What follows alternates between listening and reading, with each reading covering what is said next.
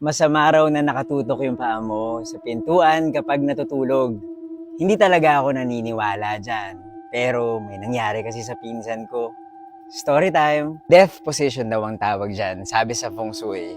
Ito yung nakapwesto yung higaan mo katapat ng pintuan. Bawal daw na nakatutok yung paa mo sa pinto kapag natutulog. Maski nga ulo, bawal din daw. Ganito kasi yung ginagawa ng ibang Asians kapag nilalabas nila yung patay mula sa kwarto. Nung nagkaroon ng sariling kwarto yung pinsan kong si Angelo, punesto niya yung kama niya katapat ng pinto at yung paa niya nakatutok sa labas. Hindi naman kasi siya naniniwala sa feng shui o sa mga pamahiin. Kaya lang isang beses, nilagnat siya. Isang hating gabi, meron siyang naririnig na kumakalampag sa labas ng kwarto niya. Naririnig niya mula sa pinto, "Angelo, kukunin na kita."